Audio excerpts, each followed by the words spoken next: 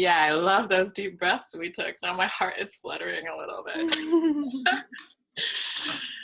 Returning to that luminous space, yeah, that feels really good. Thank you for being here. Yeah, thank you for sharing with me.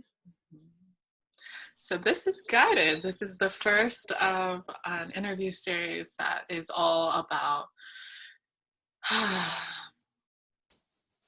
capturing moments along the surrendered path of the revelations and illuminations, that this medicine that we're all taking in and integrating in individuated aspects can share, and like share in this activation and share in this remembrance, and yeah, light each other up through shining our light more brightly. And so super honored to have Krista Louise with us for the first interview.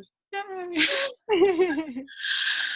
Yes, hello, and would you like to share and introduce yourself?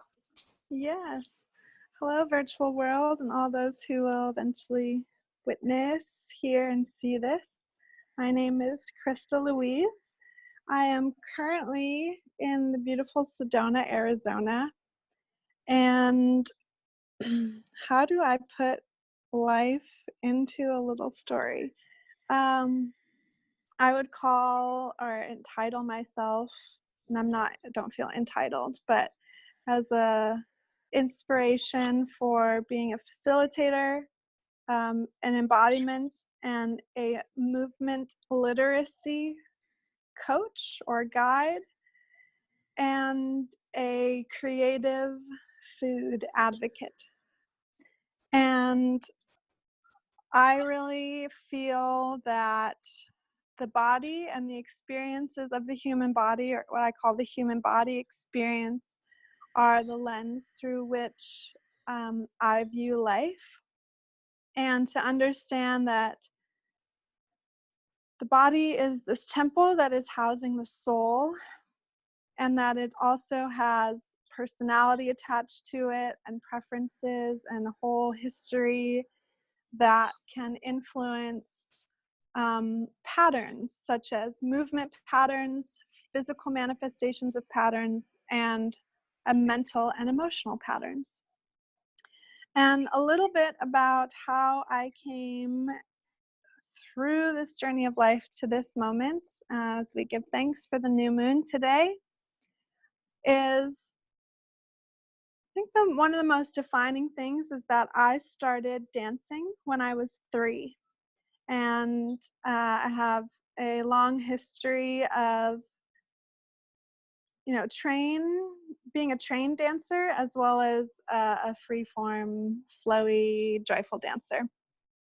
And I feel blessed that was just part of my karmic path, I guess, to really allow me to inhabit my body in a very dynamic, creative, as well as focused and centered way for literally almost my entire life.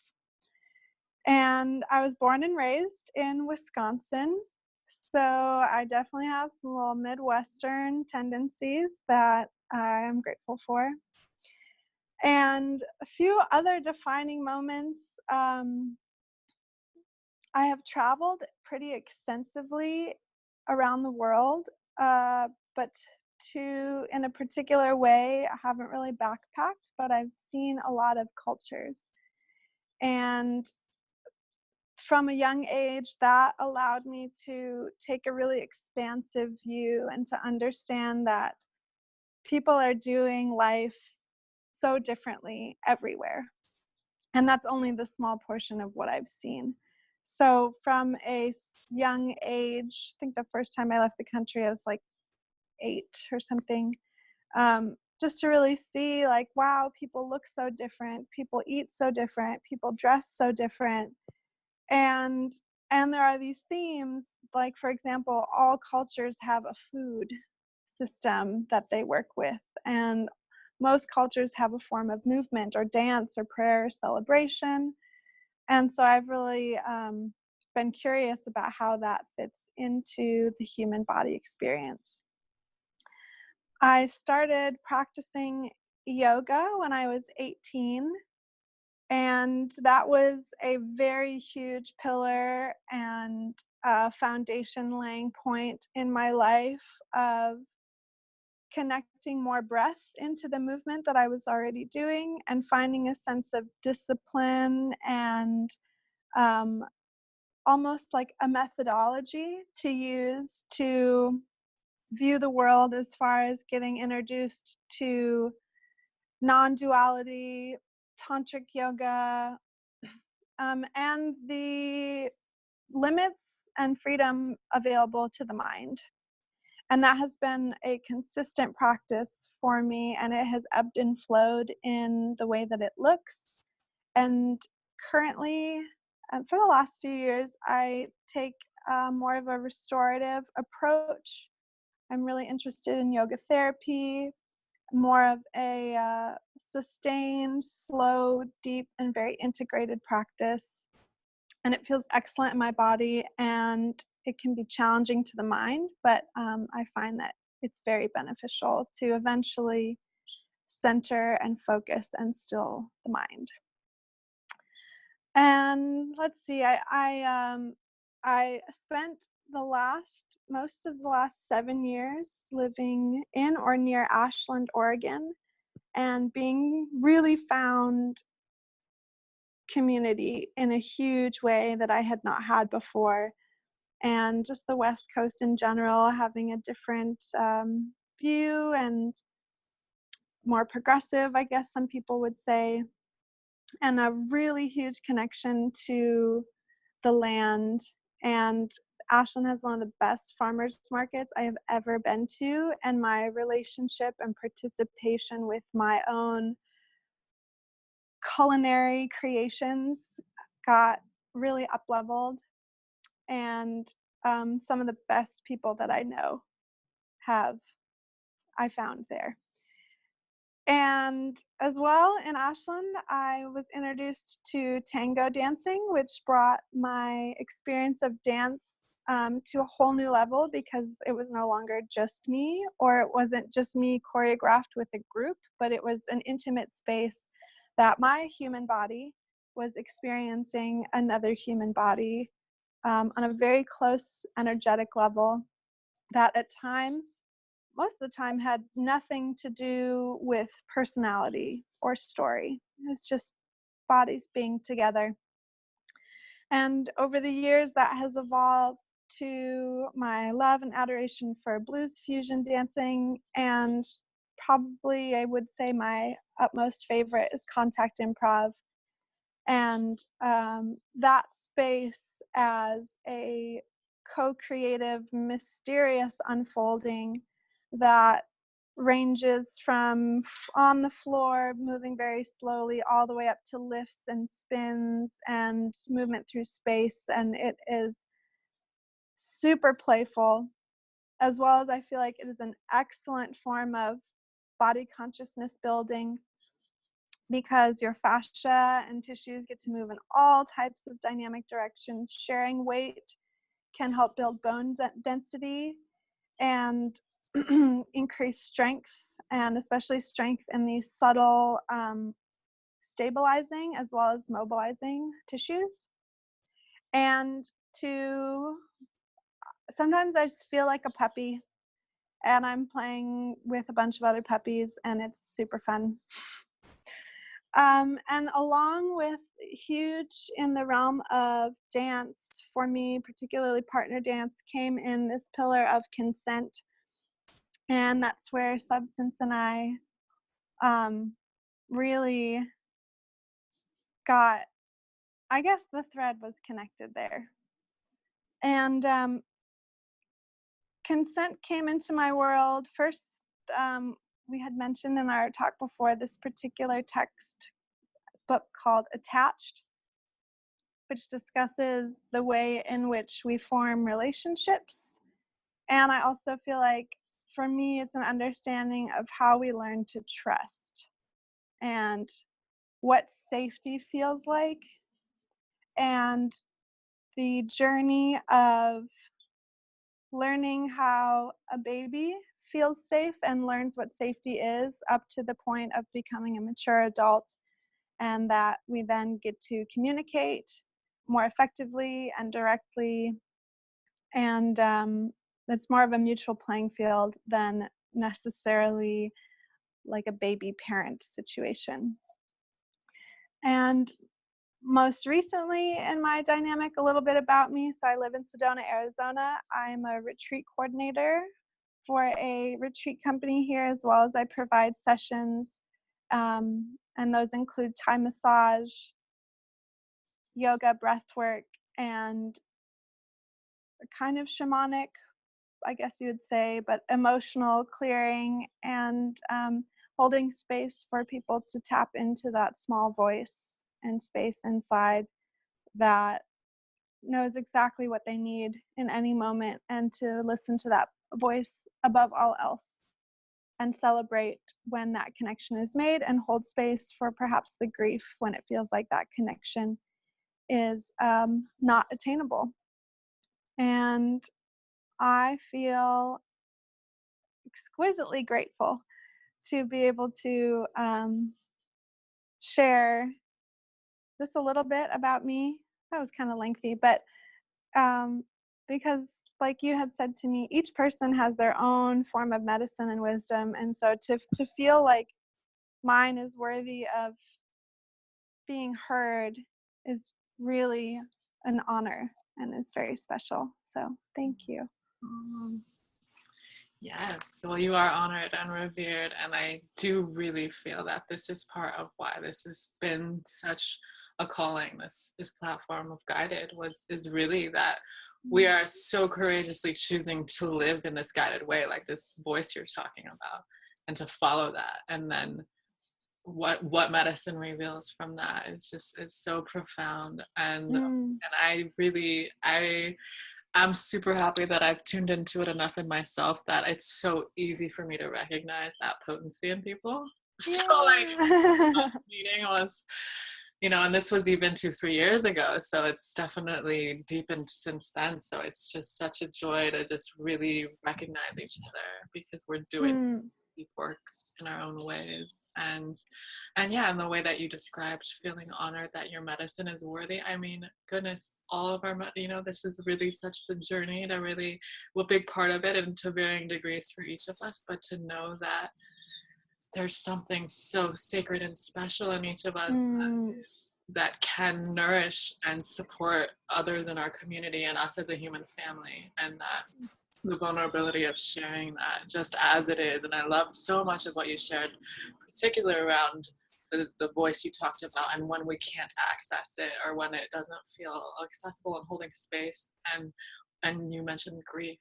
Like, I wonder if you can expand on that, because I also just recently, I mean, it can be daily where that kind of could come up for me in my experience. And I love to just speak. I don't know why I'm in this space to speak from my own experience, but yeah, like, I wonder if you want to expand, or if you could expand a bit more on accessing that guidance, how you refer to it, or how you make it more, well, just anything you'd like to share on it. Yeah. And well, again, it's so fitting, the dark moon, because in a way I see a relation between grief and the dark moon, and that time of, oh, it feels dark, oh, it feels heavy, oh, it kind of feels endless, and that in those moments, it's, for me, it's about, this is really, I think, come through too in like a higher level on the collective consciousness, is got to feel it to heal it, essentially. And I had this experience with grief that it felt like a heavy black cloak. And there's a way in which that has its purpose, and it can be very grounding to a degree. And excessiveness, I gotta move out of the sun, and excessiveness of that definitely starts to feel heavy and depressive. But grief is as as worthy of our love and attention as any other emotion and joy. And I definitely find that gratitude and grief are like two sides of the same coin. And grief is grief wouldn't come through if there wasn't something that we felt connected to. So it means that there was a connection there. And it's beyond like the connection being lost, but more of it changing shape and just being open and receptive to a new format in which it takes. And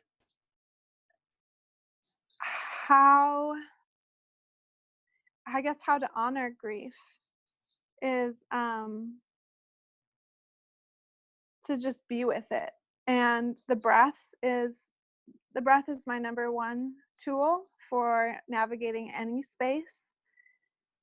And to really be gentle with oneself. So and it's an introspective time which has so much value.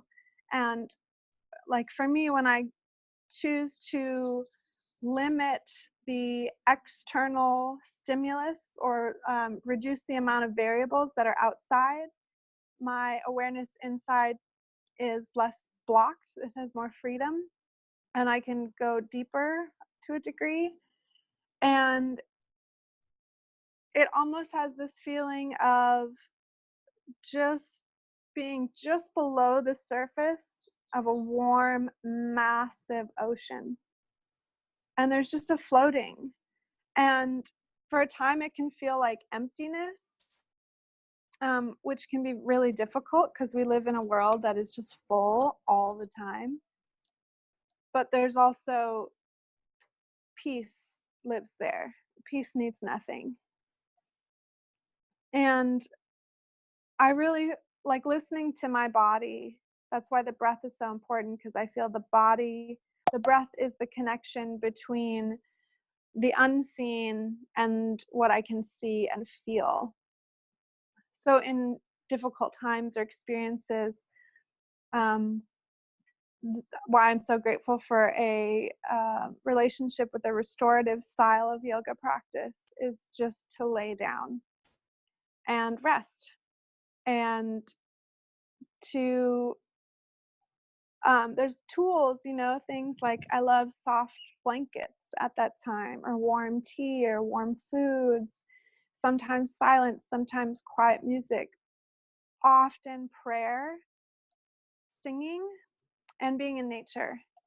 And particularly a place of flowing water, like a river or a creek.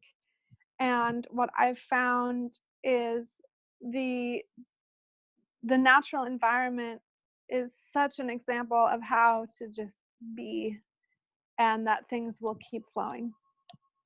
And like I said to someone the other day, in clients I work with in a session, she was like, "Oh, I feel like I'm gonna cry." And I said, "Please, if you need to, do, because it's coming up and out, and it's cleansing."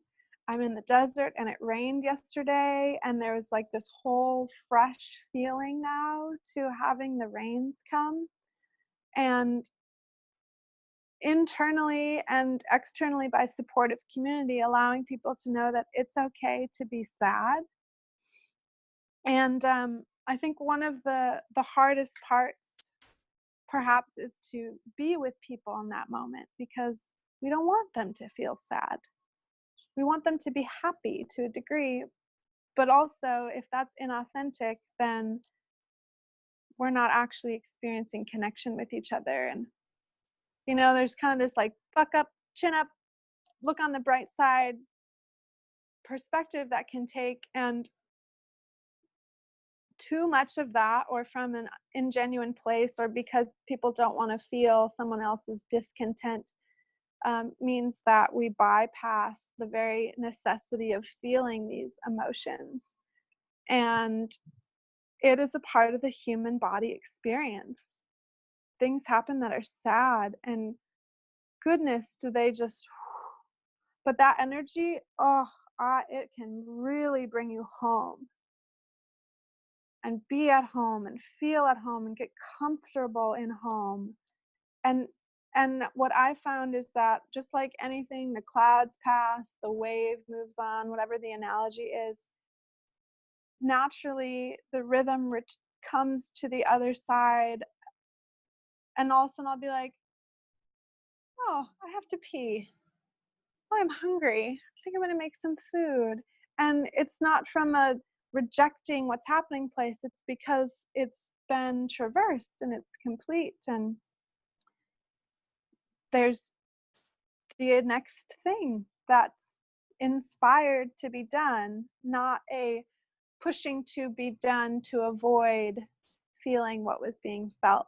And I am so grateful for all of the women in the world in general, and those who are really attuning to the moon and the analogy of the phases of the moon, and that there is a dark time and there is a bright full time. And you can see the stars better when it's a new moon. It's like there's a whole nother shift in perspective. Tiny things might become more amplified in that dark moment, because it's not like this huge light shining in your face. And that's amazing too. That's like, oh my god, the best thing just happened today. And there's also like, whoo, I had 2 good meals and really good tea today. Winning. Like the little things. That makes sense. Yeah, absolutely. Thank you. Mhm. Amazing. So much richness. A couple things came up.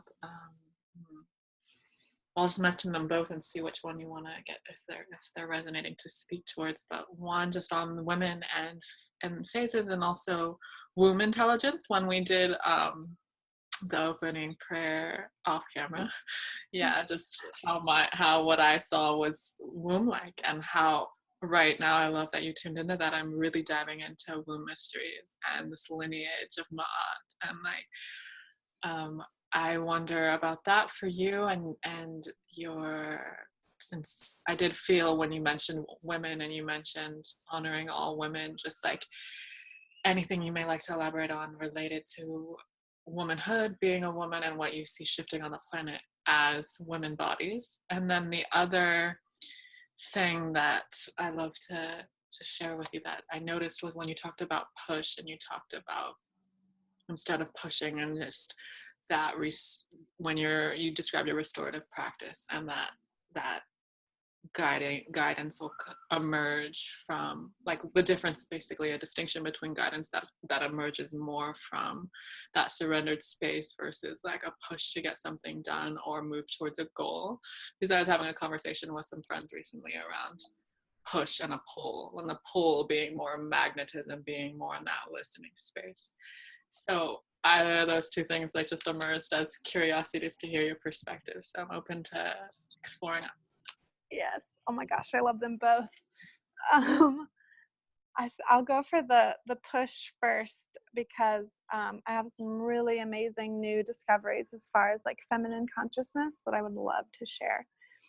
And so that push space, it's almost like this really comes back to, it was put into beautiful perspective for me when I started to learn about attachment theory, and through the book Attached. And there's so much great work and people who use that perspective, as I have chosen to do, to look at how energy relates to itself in the world.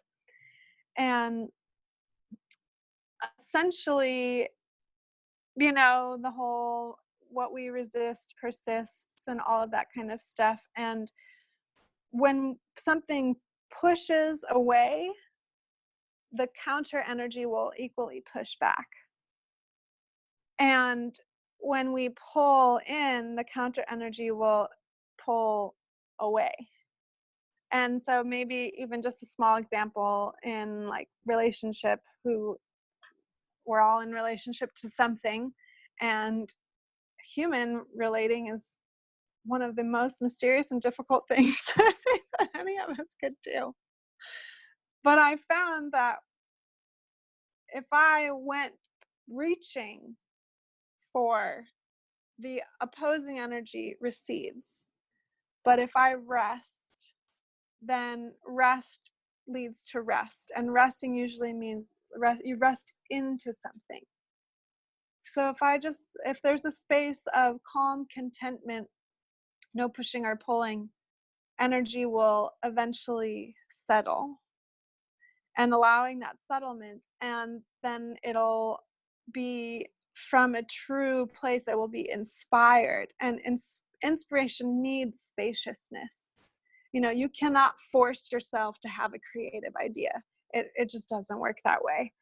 And so moving through, I guess, difficult life experiences, or the push and the pull, is, if I just let go of the rope, for my analogy, then whatever happens has an opportunity to play itself out without the manipulation factor that all of us to a degree are doing, whether we know it or not. Uh, it's a desire to get needs met when we don't know how to communicate or ask for them. So, and I guess that kind of leads into feminine consciousness. And this is one of the most exciting things I've ever discovered.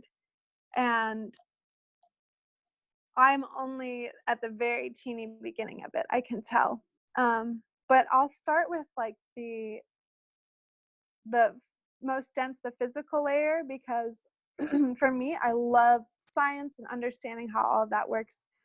And this incredible book I'm reading called Womb Awakening, and the discussion of the deep lower back portion of the brain, or more of like the ancient brain, or what some people would maybe call the, like mammal brain, not, I guess, reptilian brain. That does not resonate with me at all. That seems too definitive. But that feminine consciousness, she rests back.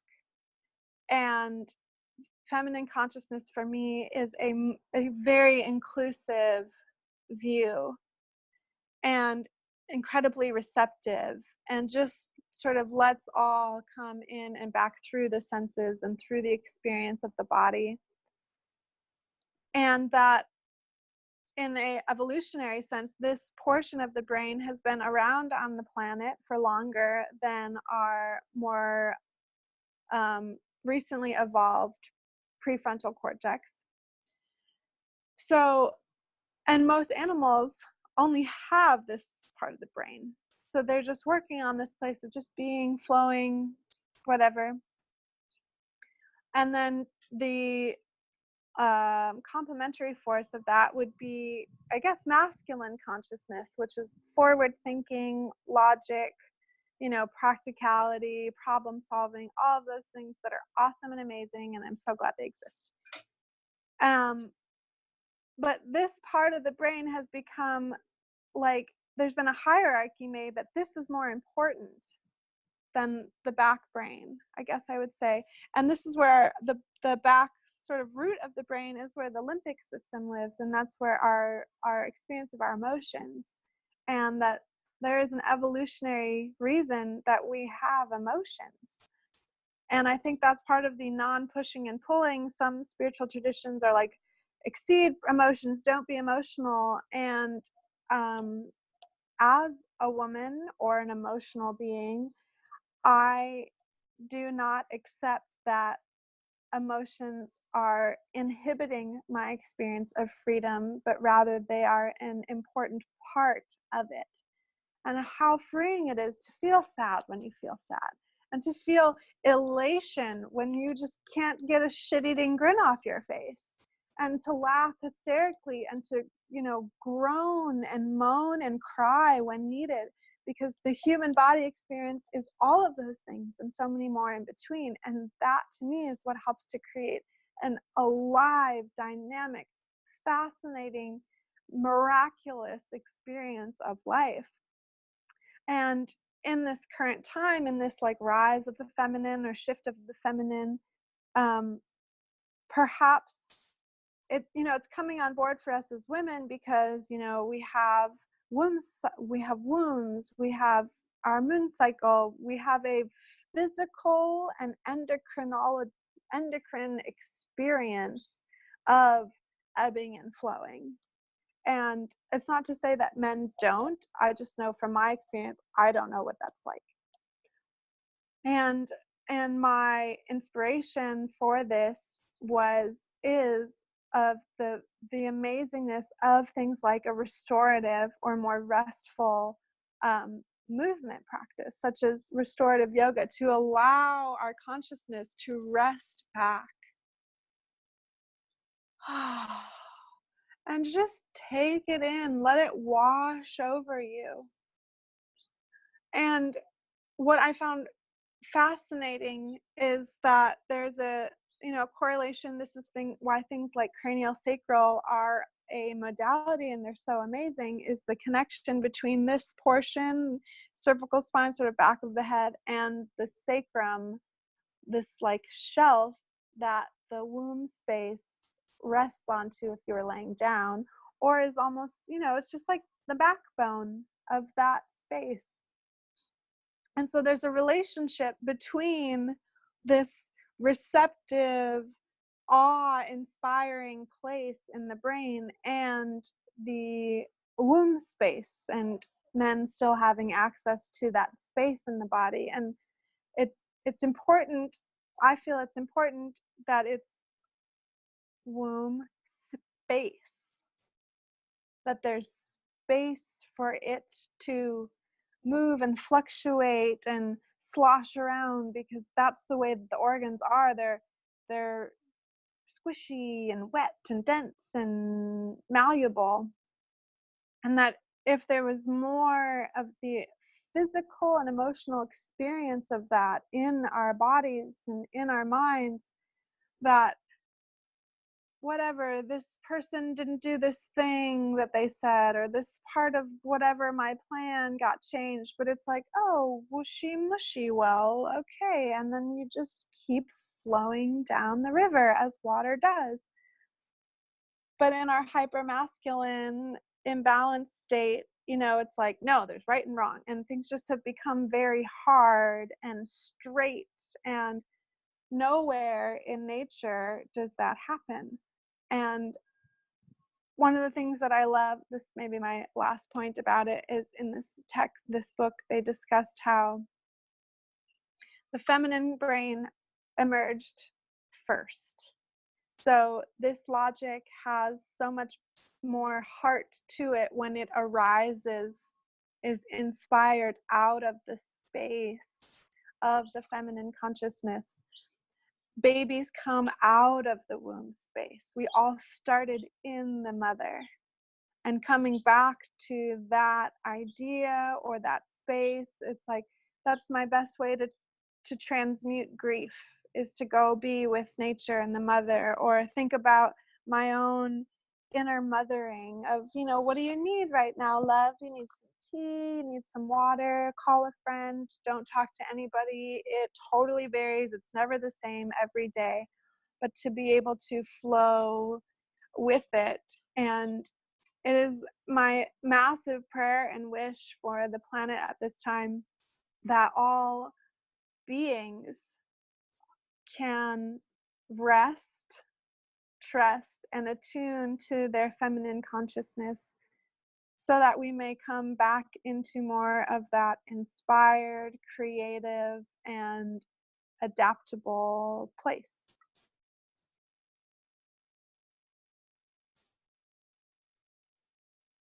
Aha! Yes, I shall. Love that. Beautiful.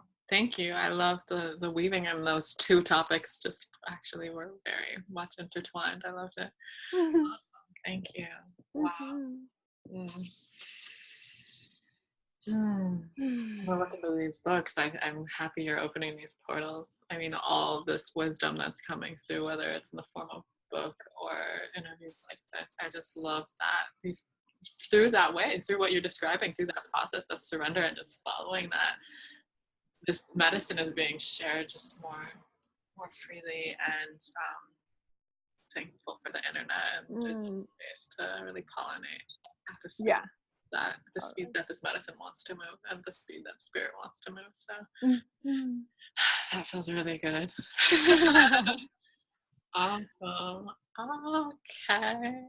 Well, yeah. It's feeling like a good moment to tune back into consent. And even if you wanted to weave in from that space we were just in, just to revisit our point of origin, and the resonance that I felt, I'll just share a little bit that it was at Lucidity Festival at Lucid University, where Krista Louise curated, if I understand correctly. I definitely know you were moderating, but I think you called on, you curated the different panelists and that whole experience. And I saw it on the program, as at festivals, as us as festival goers know that often it'll be a gravitational experience and we just end up where we're meant. And in that case, I did see it on the program, and I was so grateful. Just like, this is definitely something I want to be at. Something about it at the moment was just like jumping out at me. And it was a very poignant and pivotal shift in my path of just this inquiry around consent. And so I wonder, you did already express a little bit of how consent kind of came into your field as a point of awareness and inquiry and a deepening around the book Attached. So anything you want to expand on that, but I did also have that question around what your understanding of consent is, and how that may be distinctive than what may come up for people in the context of maybe that masculine, like linear way of just like, oh, consent only has to do with this realm of life, and often that might be in the sexual context. So I just wonder if there's anything you'd like to expand on the distinctions around consent and the applications and possibilities of transformation that can happen when people may explore that more deeply and feel what it means to them and apply it in their life and their relationships. Yes. Oh, also amazing big topic that has whooshed throughout my experience in the last 3 years. Whatever. And that panel for me too was really super eye-opening because of the experience and the wisdom of the people who were on it, and 3 of them in particular, Philippe Lewis, Ian McKenzie, and Dr. Rachel Stryker, were being in their presence, hearing them speak was amazing. And Philippe's one of the people who I actively follow as far as his take on attachment theory and things of that nature. And what emerged out of that panel and further into my life was consent as more of like a mindfulness practice, which means it is applicable in every moment. And down to like the smallest degree of, say, perhaps there's like a negative thought pattern just sort of swirling, and to kind of pause for a minute and be like, wait, do I actually agree to allow this to take up space in my consciousness? And whatever somebody's answer is in that moment is totally fine and up to them, but just to pause and say, like, do I consent to this? Is this valuable to me? That's one example. And I really felt like that it can become this lens from which to move through the world. And like I love it on the dance floor so much because it's such a dynamic space, and it comes to an embodied space too. Like, would other people consent to my energy body right now? Would they want to be around me? Or am I, and this happens sometimes and it's all good, but maybe someone's just having a shit day. And you can feel shitty and move about the day and still be courteous and polite, or and obviously there's more than two options, but or there is a degree of letting people know you're having a shitty day through being shitty. And I don't think a lot of people would consent to have that behavior come towards them. So, in the like from what I learned of Buddhism is like right thought, right word, right action. And essentially like, do I consent to my vibrational frequency? Do I consent to my own verbiage? And the is my languaging inclusive or exclusive? And thought patterns, is this coming from a place of, um, again, inclusive or exclusive? Is it for the benefit of all beings, or is it just for the sole purpose of me and my selfishness or something?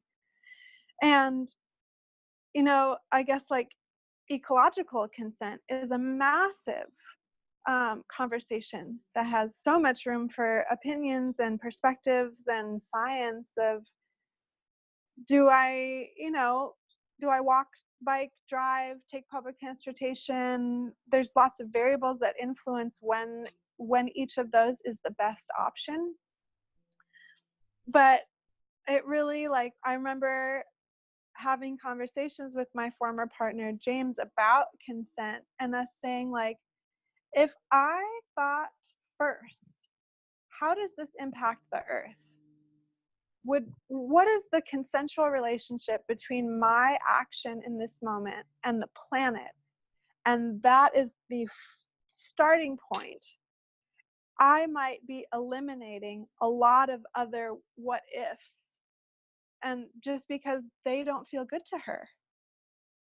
And it was really like the beginning, and then I started to get into eco psychology and the relationship and our happiness with nature, and I was sharing that with you the other day about this book, and that's just been evolving.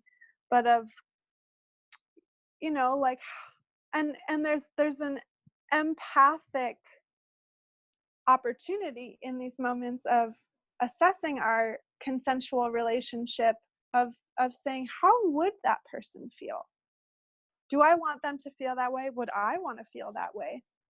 And for me, it was just so profound and fantastic to have it move outside of like, oh, well, I asked if she wanted to have sex with me and she said no, and then we did anyway, and it was not consensual. Like, that's, like you said, that's such a small portion of what lives within the realm and the world of consent. And what I was thinking about the other day in my own behavior is when I ask myself the question, what is the most important thing I can do right now? And, if I'm like doing my thing, moving through my flow, putzing around sometimes, or what I have a friend who calls it, just like, stop futzing, just stop futzing. What's the most important thing I can do right now? It is almost never look at social media. And that's like one of my habits, and I think it's a common one within our phones. So that's like a way to really notice again, okay, I'm going to put on my consent glasses, and I have this awesome tool to ask myself, what is the most important thing I can do right now? And it doesn't mean, well, I have to call the president to make some, it's like, drink water. That's the most important thing I can do right now, is drink a glass of water, or lay down for 5 minutes because I've been going and I need to just chill. Take 3 deep breaths because I feel a little scattered and I need to come back to myself. And when the baseline of our movement and our relation to the world is rooted in this space, I'm touching my body because this is where, I am, then those answers become much more accessible.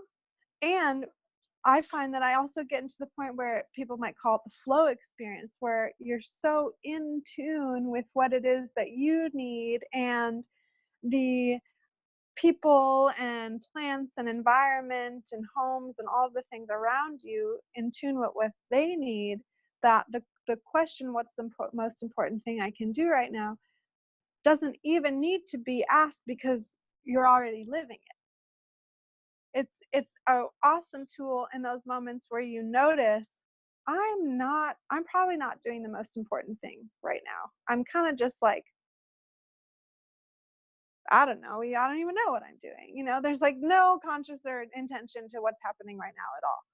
And so it's been a massive journey, like everything, and that there are micro moments of consensual mindfulness that, when woven throughout the day regularly, that I feel like the whole embodied experience becomes more connected. And that's the place of tuning in with this open, I'm pointing to the back brain of less separation between me and the outside world. Therefore, I can feel when something's out of alignment, which is another way that I would say not consensual, or it doesn't resonate. And so it's just, verbiage or whatever. But to have that place of like, am I moving from my soul? And I choose that word rather than from my heart, because to me, there's a connotation of the heart lives right here on the left side of my chest, or sometimes my heart wants someone who's not good for me or whatever, but my soul is generous, cooperative, kind, supportive, and in complete trust of everything in every moment. Would my soul consent to this? Maybe that's like a really good question. Love it. Wow. I feel like a slow drip of nourishment from everything you're sharing. I love it. So good. Yeah. Yeah, something came up around what I feel you tuned into, and deeply, at least I feel from my sense of it, just like a fluency within you, because you did talk about you touching the body, and right at the beginning of the space of you introducing yourself around being a dancer so young, and that for me in my journey, my connection to my body wisdom, the communication that's available and the guidance that's available through being in the body and listening and having that connected kind of lucid communication. I don't have that experience, or haven't historically, and I'm developing it. So I wonder if you could speak a bit towards how to cultivate a deeper relationship with the communication. For me, I'm focused on the womb space right now more, but I am also super open to like what is full body communication like, and tuning into that, and where do you sense, because you talked about the soul, so I love that too, because you talked about in the beginning about the body being a house for the soul, but that the body is the place that we reside while in form. And so it's actually a huge inquiry for me right now. It's just like not leaning and preferring one over the other, like the intelligence that's available from places that seem like they may be different, that the body is this physical 3D, this density, and then communications coming from other places that through the body allow us to like experience it fully in this dimension. So I wonder if anything comes up to share around that, but really just like I'm so curious about integrating and honoring all the body and all that's available through this experience, in form and beyond form. Yeah. Oh my gosh, it is an endless inquiry. I like to call it the wilderness of the body, because I don't know what's in there, but I will put on my trekking shoes and go figure it out. And in essentially there being to some philosophies, one energy with a varying degree of densities, that the physical body is the most dense form of the mind and or the soul. And I was thinking about the other day of what is the soul of my cells, and just having these questions that come through when I'm on a walk or whatever. And it's those like beautiful rhetorical questions, or what is what are the cells of my soul? Whoa, if I turn it around, it's a whole nother universe of thought to just ponder and just think about it. It's like the question, who am I? There kind of is no answer, and that's the point. And my truly inhabiting my body, what is the saying, like self-love is like an act of radical whatever, anti-establishment something, or it's like truly being here, feeling all that this body feels is it's radical in this time and age, and it's such a noble path. And the moving has been the best way that I've felt into it. And the smallest, most subtle movements that you could almost imperceptible. So, for example, if you just turn your palm up and rest it on your lap, and it kind of comes from like a inspired by yoga nidra, I would say, and I just say pinky finger. All of a sudden, mental that relationship between what I thought and then the physical manifestation of my hand and pinky finger. Now, well, I tell you what, I feel my pinky finger more than I did 2 minutes ago. And moving through different micro points in the body like that. And again, one of the reasons that I have such a love for yin and restorative yoga is that it is built into the style of the practice to have lots of time and space. And when I teach yin trainings, one of the things I really try to um, nail into the experience is that two of the magic ingredients are time and space. And our body is taking up space, and it will take time to explore that space. And on a very scientific and nerdy note, there is a concept called interoception. And so, for example, maybe some of us are familiar with proprioception, which is your ability to feel your body in space. So I won't run into the table because I can feel my body moving through the room, and I know there's a table there and I don't want to run into it. Interoception is our ability to feel our body from the inside.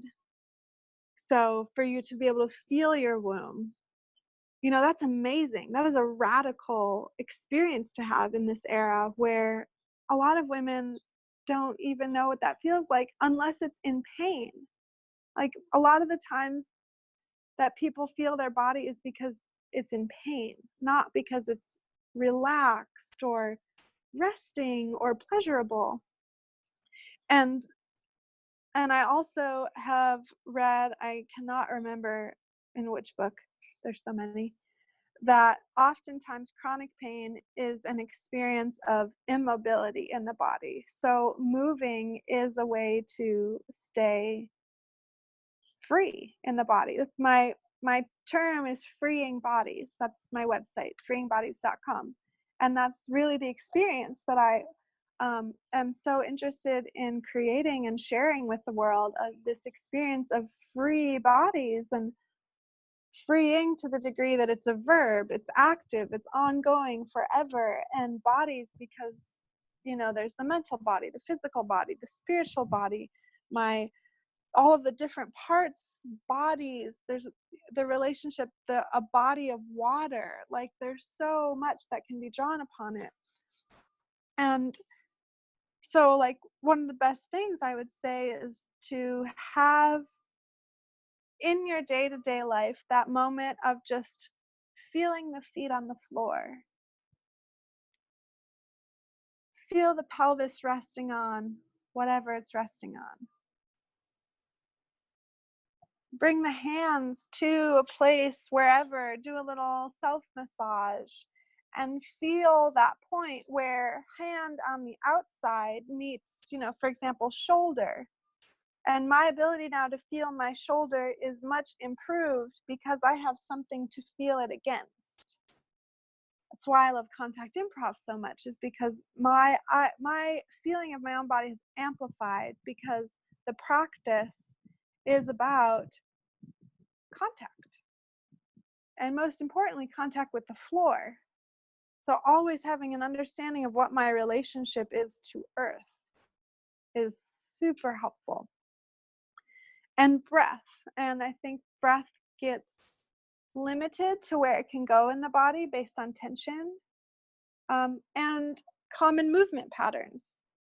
So for example, if I went 30 years without lifting my arm up over my head, and all of a sudden one day I wanted to try and lift my arm up over my head, I may not be able to do it because I've essentially told my body we don't do that. So if we want to keep doing things or start to do them, you just gotta go. It's there's that inspiration of desire for connection. And I definitely think that body work, whether it's professional or it's with friends, or it can be really informal, is an amazing tool to notice that place where inside and outside meet, and then they start to get a little bit less defined. And I'm a huge fan of massage toys, even like tennis balls or golf balls or foam rollers or the what have yous, of just that place to literally just roll around on the ground, put on some music you enjoy, and just feel it out. That maybe that's the saying, hashtag feel it out or whatever. Sadness is here, feel it out. Joy is here, feel it out. All of that. And that is a never ending process. Like I heard once that the reason that babies are like kicking and wiggling so much is because their brain is making the neurological connection to that part of their body, and it has to move in order for that connection to be made. So like we're meant to be in motion, and sometimes that motion means it's just the breath moving and the physical structure of the body is more still. But nature's in motion all the time, and we are nature. So she's my biggest teacher. So when I don't know what to do, what's the most important thing I can do right now? And what would Gaia do? That makes sense. Yeah, definitely. Yeah. Oh, amazing. Awesome. And then I wonder if you would elaborate on yes and no, and feeling yes and no in the body, because I think that's a really enriching thing to just invite more noticing around. Yeah. Like, how does that show up for you? Yeah, super great question. Can we experiment for a sec? Okay, so you can keep your eyes open and in your lovely seat as you are, but just imagine that someone threw a ball at you and you were gonna block it with your arm, and just pretend like someone threw a ball and you're gonna like, no. And then you're in a receptive place and someone gives you forewarning and they're like, hey, here's this pillow you asked for. And they gently toss it to you and you're gonna get ready to catch it. How does that feel? Nice. So before I share about my experience of it, I'm curious if you would just share briefly what you noticed in no, I don't want a ball thrown at me, and yes, I'd love to catch the pillow. Mm-hmm. Yeah, the no felt like more abrupt and just like on, just coming up straight up. Some level of victim comes up for like that, just like flashed. like, oh, how could you do that? Mm. And the way you asked it is playful, so it kind of came up in a playful way. But then, yeah, then something that I asked for and being met in that, and then being like gently, having that and receiving, and it felt much more just like relaxed, surrendered, and also just like nourishing. Mm.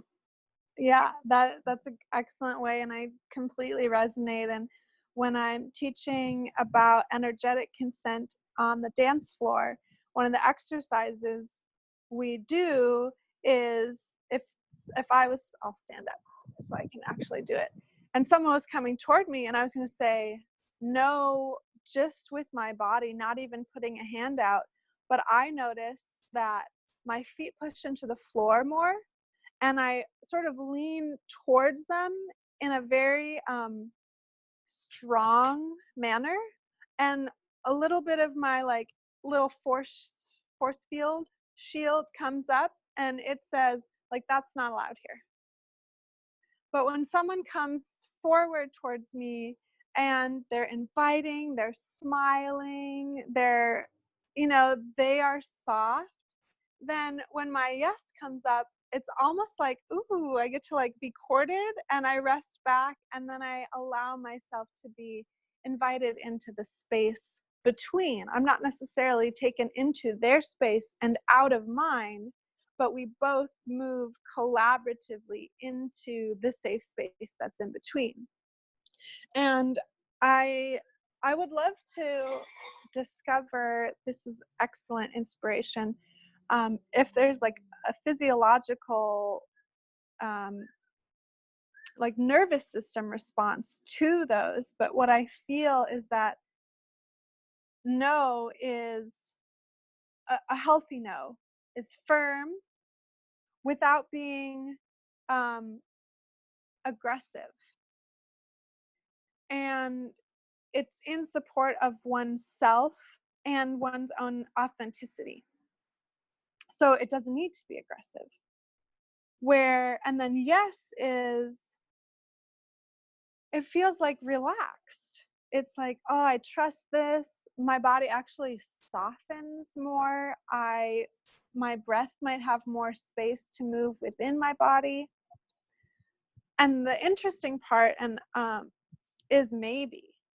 And that's where the consent world was so no heavy, or, like, when I know your no, I can trust your yes.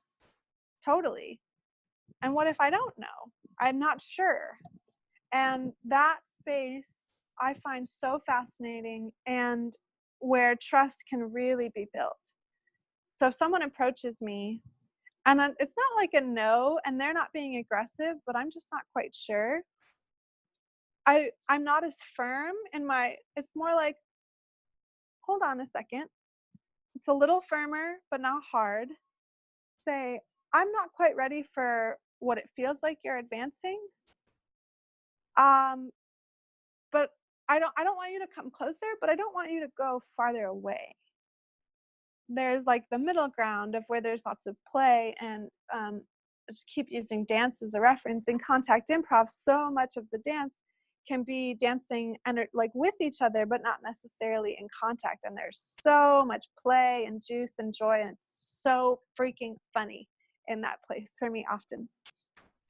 And what I feel like can be very nourishing about the exploration of maybe is that the person who's a maybe gets to weed out false no's.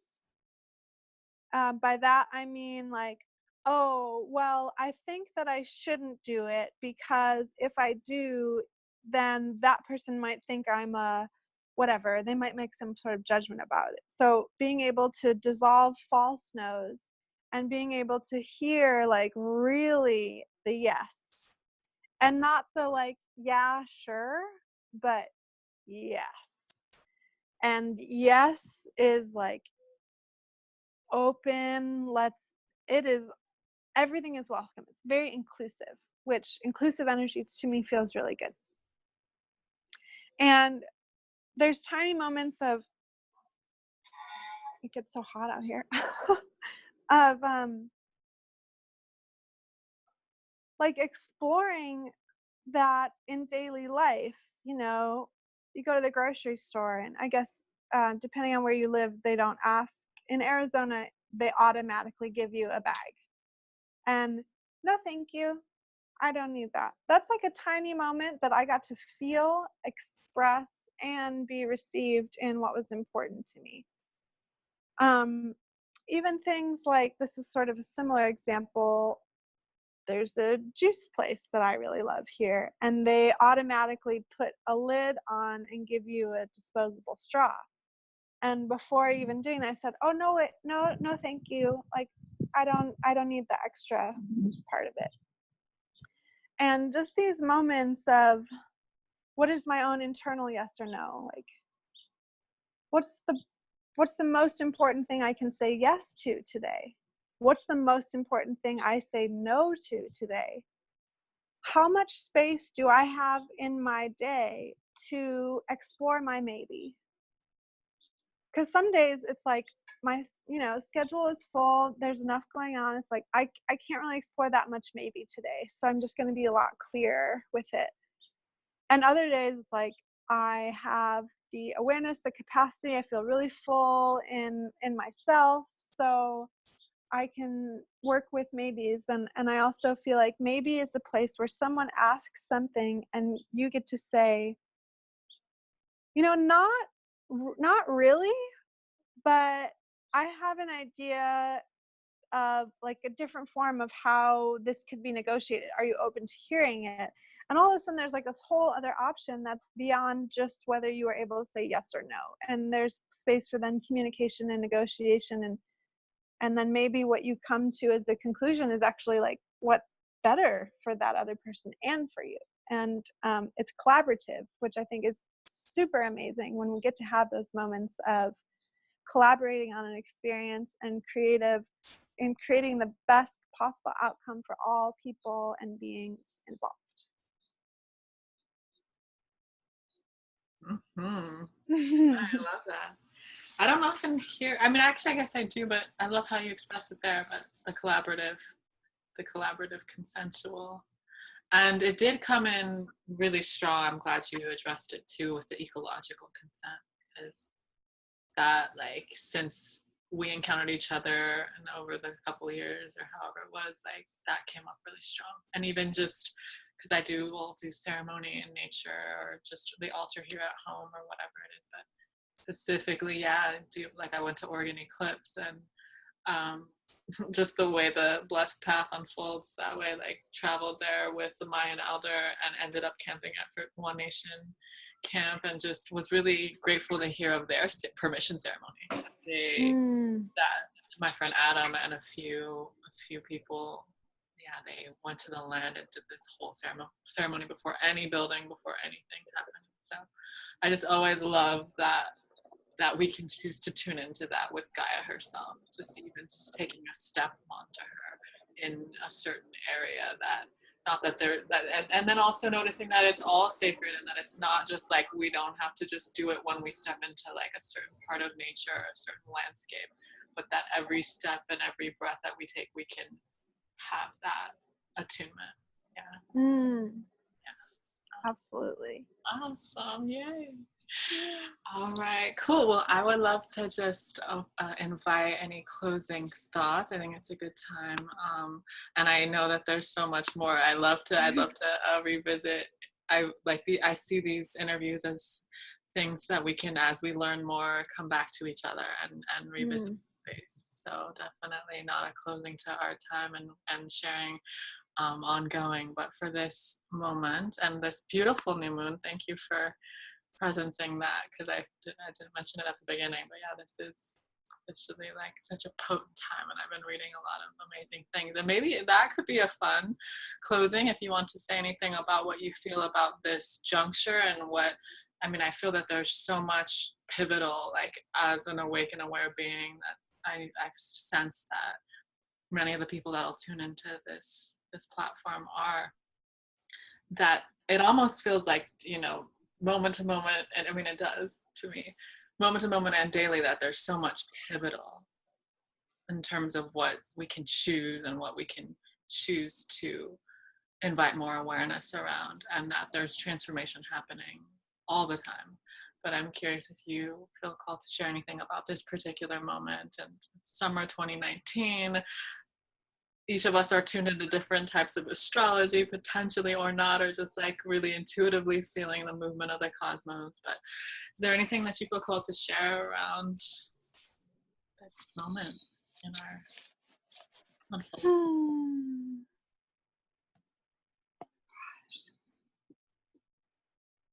Is that this really beautiful, like, special phase of summer, and it's like we're fully in it and moving. It's not quite, not a big fan of the phrase Indian summer, but there's a shift. I felt it particularly here in the desert with this rain, and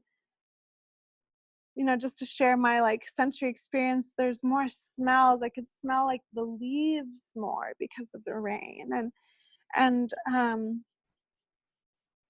there's, I guess I would say that in this new moon day, for whenever folks watch this, and for us today, to give everything that we do, think, and feel more space.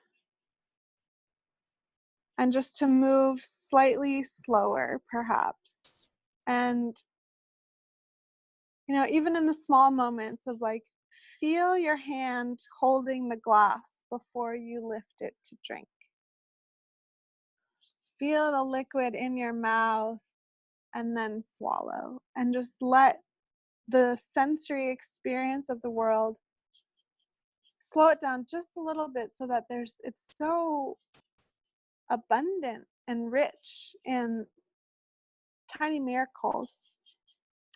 And it is my hope and prayer that as we integrate the experience of more miracles into our life by choice, that life will respond by becoming more and more miraculous, and that will grow from small moments to larger, wow, aha, beautiful opportunities, beautiful connections, all of the things that come when we live in a state of gratitude. And breathe. Breathe slow.